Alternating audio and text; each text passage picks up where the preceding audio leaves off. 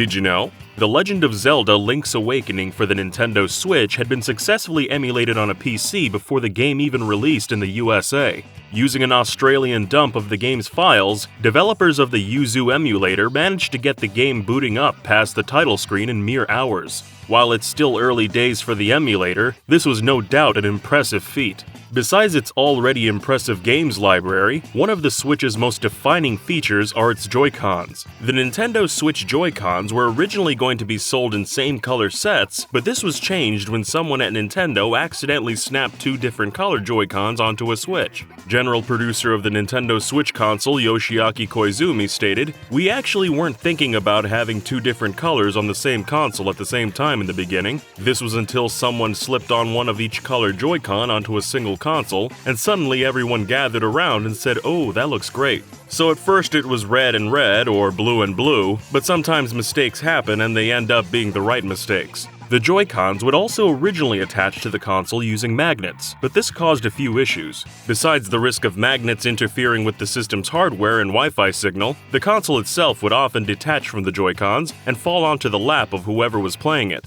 One relic of this iteration can still be seen in the final console, however. When the magnets attached, they made a snapping sound. This was found to be a very satisfying sound and was implemented with the final Joy-Cons. Nintendo also tried having the Joy-Cons connect to the Switch by attaching them via dish-shaped parts. All in all, around 5 prototype versions of the Switch and Joy-Cons were made before the final form factor was decided on. Joy-Cons were inspired by the Wii Remote, but not just in function.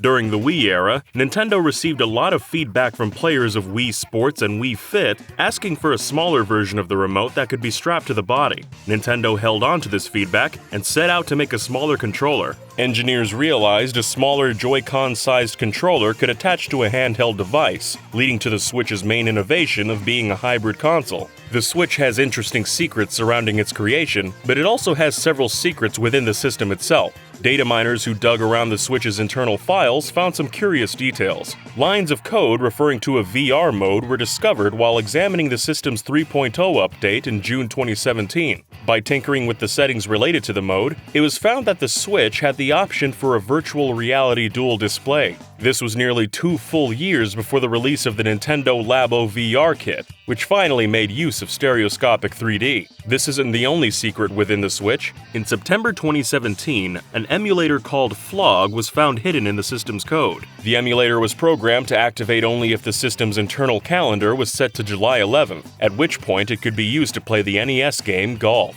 Golf was one of the first games made by Satoru Iwata when he was working as a programmer, and July 11th was the date he passed away in 2015. In order to actually access the emulator, players would have to hold a Joy-Con in each hand and extend their arms outward, recreating Iwata's signature pose from the Nintendo Direct presentations. In an interview with Kotaku, Nintendo of America's then-president Reggie Fils-Aimé said, "It was identified by folks playing around in the firmware. We've got nothing officially to announce for that content or what the plans are for that content. So that's that. Certainly anything that pays respect to my friend Mr. Iwata is something that is near and dear to me personally, but in terms of that execution and what it was meant to do or what the plans are, we've got nothing to announce." Some Japanese fans likened the presence of the emulator to an omamori, a type of charm often used for protection or good luck.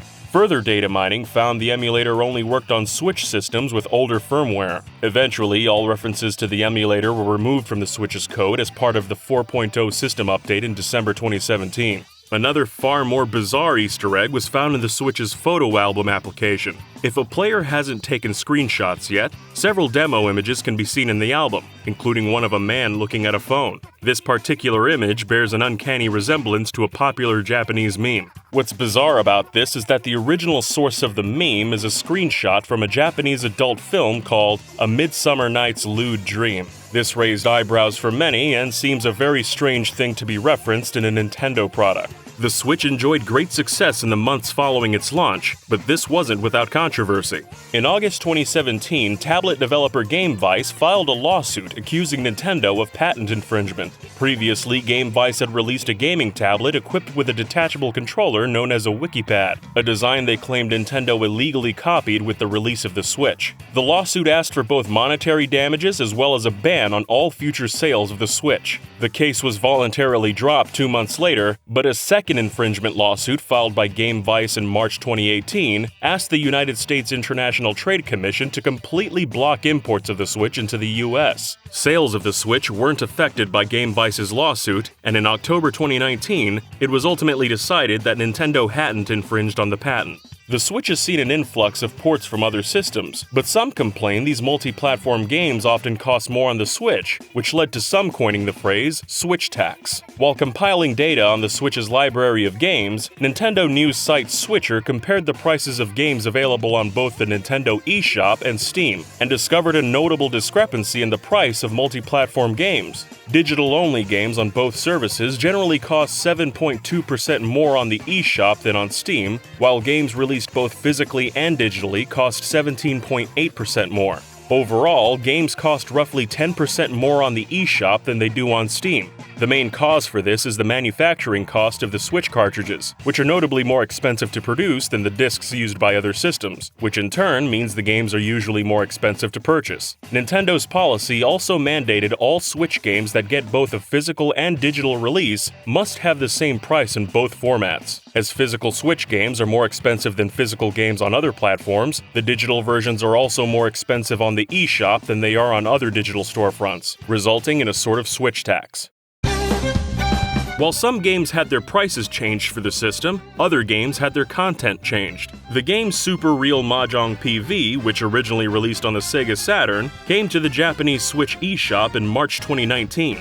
The game is a simple mahjong puzzle game, with a gimmick of rewarding players via anime nudity. However, the game was removed from the eShop shortly after its arrival due to some risque scenes that had insufficient censorship. Nudity in the game had been covered with a white bar of light in an attempt to avoid a Sero Z rating, an 18+ rating that usually leads to low sales due to a limited audience. However, the light bar hadn't been aligned properly, and some nudity could still be seen in the final game. This resulted in the game being temporarily removed from the eShop until a patch was developed to sufficiently cover up the nudity. Interestingly, this isn't the only adult mahjong game to be censored on the Switch. Zero Div's Tyson Hot Gimmick Cosplay Jan previously released on the PC and PlayStation 2, but was ported to the Japanese eShop in 2018. The game's release went off without a hitch, but a little while after, fans noticed the eShop page had changed. The game's splash image on the storefront had been swapped out for an edited, less lewd version. Another Switch title was found to be censored somewhat before it even released. Super Smash Bros. Ultimate leaked over a week before its street date, which led to a large chunk of the game's content being revealed on social media.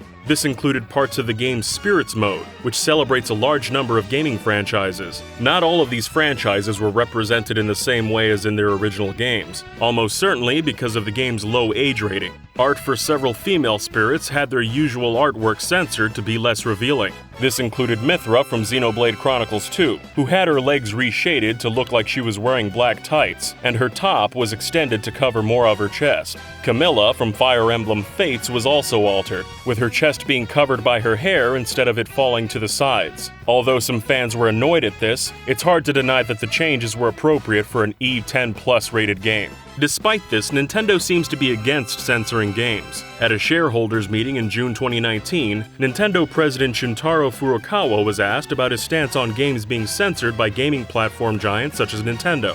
Furukawa responded, essentially saying he believed the ratings board is enough, along with the parental controls Nintendo offers. He even went as far to say that arbitrarily editing games could be damaging to the industry. This statement was noteworthy, as Sony had recently censored sexual content of games on their platform. Senran Kagura Burst Renewal, Nekopara Volume 1, Date Alive Rio Reincarnation, and Senran Kagura were all affected by Sony's policies on sexual content in games. Although Nintendo's stance seems to be anti-censorship, one of their most high-profile titles of 2019 was altered after its release. In September of this year, news circulated that a line spoken by the character Bernadetta in Fire Emblem Three Houses had been altered. Specifically, her English B support conversation with Byleth had been seemingly toned down in the title's 1.02 update. Translation enthusiast and Fire Emblem fan Cantopia was curious if this was really a case of censorship and investigated the updated dialogue and compared it to the original English and Japanese versions. Surprisingly, the language used in the English English 1.02 update was closer to a literal Japanese translation. However, translating from Japanese is rarely this simple. Cantopia went on to explain how, although the literal idea of Bernadetta being tied to a chair as a training method to make her a good wife was intact, some of the nuance was lost. The original English was made more intense to convey Bernadetta's implied feeling on the matter, which would have been lost with a direct translation. Whether or not this can be called censorship seems to be up for debate. Some fans believe the updated text either doesn't change the intent of the line or is more authentic to the original Japanese version, while others believe toning down the English text is censorship regardless of what the change was for, and that it lessened the impact of the conversation with Bernadetta. Have you ever wondered why the banana peels in Mario Kart look the way they do? Or why apples in Super Mario World are huge and multicolored? For answers to these questions and more, check out the Did You Know Food video on food in video games.